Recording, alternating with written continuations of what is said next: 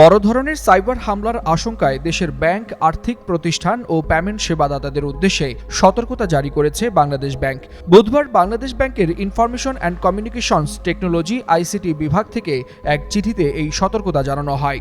কেন্দ্রীয় ব্যাংকের আইসিটি বিভাগ জানায়, গুরুত্বপূর্ণ তথ্য পরিকাঠামো, আর্থিক খাত, স্বাস্থ্যসেবা, সরকারি বেসরকারি প্রতিষ্ঠানের উপর বড় ধরনের সাইবার হামলার ঝুঁকি রয়েছে।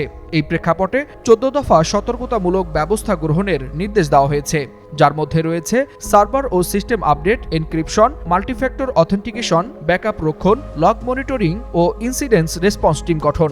এছাড়াও রিমোট অ্যাক্সেস, ভিপিএন ও প্রিভিলেজড অ্যাকাউন্ট ব্যবহারে কড়াকড়ি এবং 24 ঘন্টা নিরাপত্তা নজরদারির কথাও বলা হয়েছে।